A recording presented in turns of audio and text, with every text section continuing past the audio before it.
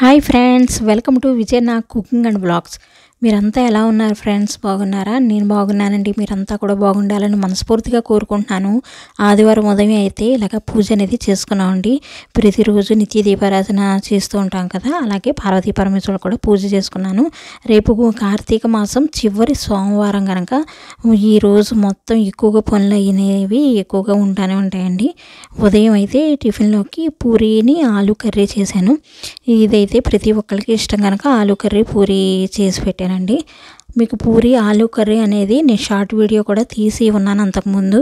Same process ఎలాగైతే మేము ఎక్కువగా మా ఇంట్లో ఎక్కువగా చేసుకునే కర్రీల్లో ఆలు కర్రీ అనేది పూరీల్లోకి చాలా బాగుంటుందని ఎప్పుడు ఈ ఒకే విధంగానే చేస్తానండి. అలా అయితేనే ఇంట్లో వాళ్ళందరూ ఇష్టంగా తింటారు.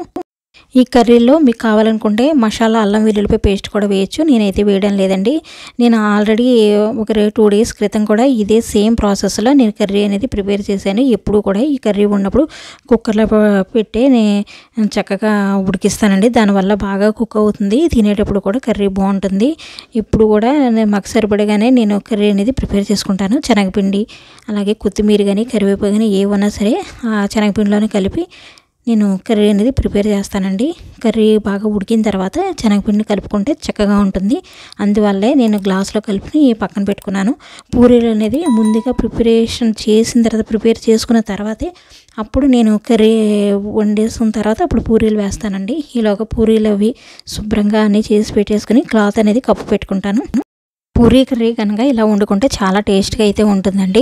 కార్తీక సోమవారం లాస్ట్ వారం కనుక వీలైనంత వరకు ఎవరైనా ఉపవాసం ఇప్పుడుకొచ్చి చేయలేని వాళ్ళు ఎవరైనా ఉన్నట్లయితే చేయండి. చాలా మంచిదండి. కార్తీక మాసంలో ఒక్క సోమవారం అయినా ఉపవాసం ఉండి తీరాలి. అది కూడా మనం పూర్తి ఉపవాసం ఉండనవసరం లేదు. నక్తం ఉంటే సరిపోతుంది. ఉదయం నుంచి సాయంత్రం వరకు ఒక పాలు కానీ పళ్ళు కానీ తిన్నా పర్వాలేదు, పాలు తగినా పర్వాలేదండి. సాయంత్రం చుక్కను చూసిన తర్వాత దేవుని పూజ చేసిన తర్వాత అప్పుడు మనం భోజనం అనేది చేయొచ్చండి. ఆ విధంగా ఎవరైనా చేయలేని వాళ్ళు ఉంటే చేయండి. ఈ రోజుల్లో అంటే ఈ కార్తీక మాసంలో కనీసం అల్లం వెల్లుల్లిపాయ తినకపోయినా పర్వాలేదండి. నాన్ వెజ్ తినకపోయినా మంచిదే, కానీ ఉల్లిపాయ తినకుండా ఎవరు ఉండలేరు కదా. అందుకని ఉల్లిపాయ అనేది మధ్యలో మేము వండవలసి వస్తుంది ఇంట్లో వాళ్ళ కోసమైనా. అందుకే మీకు పూరీ కర్రీలో మేము వండుకునే కొన్ని కర్రీస్లో ఉల్లిపాయ అనేది కనపడుతుంది, కానీ వెల్లుల్లి అనేది మేము యూజ్ చేయము. అల్లం కూడా యూజ్ చేస్తాం కానీ వెల్లుల్లి అయితే యూజ్ చేయమండి. అలాగే నాన్ వెజ్ అయితే ఈ 1 మంత్ అంతా కూడా మేము తినము అసలు. పూరీలు అనేవి మనకు సాఫ్ట్గా రావాలన్నా, బాగా మెత్తగా కాకుండా కొంచెం క్రిస్పీగా రావాలన్నా మైదా పిండిలో ఒక 2 స్పూన్స్ అంటే పిండిని పెట్టండి. ఒక పావు కేజీకి 2 స్పూన్స్ అన్నా మీరు బొంబాయి రవ్వ కనుక కలుపుకొని పూరీ పిండిని బాగా మెత్తగా కలిపి పక్కన పెట్టుకుంటే చక్కగా పూరీలు అవి పొంగి క్రిస్పీగా కూడా ఉంటాయండి. కొంచెం క్రిస్పీగా మీకు చల్లారినా సరే చక్కగా పూరీ బాగుంటుంది. టేస్ట్ వైజ్ అయితే చాలా టేస్ట్గా ఉంటుంది. అలా ట్రై చేయండి. ఎవరైనా ట్రై చేయలేని వాళ్ళు ఎవరైనా ఉన్నట్లయితే, మెత్తగా ఉండడం ఇష్టం లేని వాళ్ళు ఈ విధంగా తినడానికి ప్రయత్నం అయితే చేయండి. ఈ కార్తీక మాసంలో ఆదివారం కూడా చాలామంది త్రిమూర్తుల వారి పూజ అది చేసుకునే వాళ్ళు ఎవరైనా ఉన్నట్లయితే చేసుకోండి. మేమైతే త్రిమూర్తుల వారి పూజ ఎలా చేయొచ్చు అనేది మీకు ఒక వీడియోలో అప్లోడ్ చేసి పెట్టాను. చాలామంది చూశారు ఫ్రెండ్స్. ఆ వీడియో చూసిన ప్రతి ఒక్కరికి చాలా చాలా థ్యాంక్స్ అండి. ఆ వీడియో ద్వారా చాలామంది సబ్స్క్రైబర్స్ అయిన ప్రతి ఒక్కరికి కూడా చాలా చాలా థ్యాంక్స్. లైక్ ఇచ్చిన వాళ్ళకి అలాగే సబ్స్క్రైబ్ అయిన వాళ్ళకి కూడాను. ఇంకా నాకు కొన్ని మేళాలు అయితే ఉన్నాయండి. అవి కూడా నేను మార్గశిర మాసం, మాఘమాసం వీలైనన్ని మేళాలు అయితే ఉన్నాయండి. అవి అయితే నేను కంప్లీట్ చేసుకుంటాను నా వీలుని బట్టి. ఒక్కొక్కరు అయితే వరుసగా చేసుకుంటారు. ఇదిగోండి పూరీ కర్రీ ఈ విధంగా ఉంటుంది, చేసుకోండి. మీకు పూరీలు ఒక 3 అవర్స్ 4 అవర్స్ అయినా సరే చక్కగా ఉంటాయండి. బాగా మెత్తబడవు, టేస్ట్ అయితే చాలా బాగుంటుంది.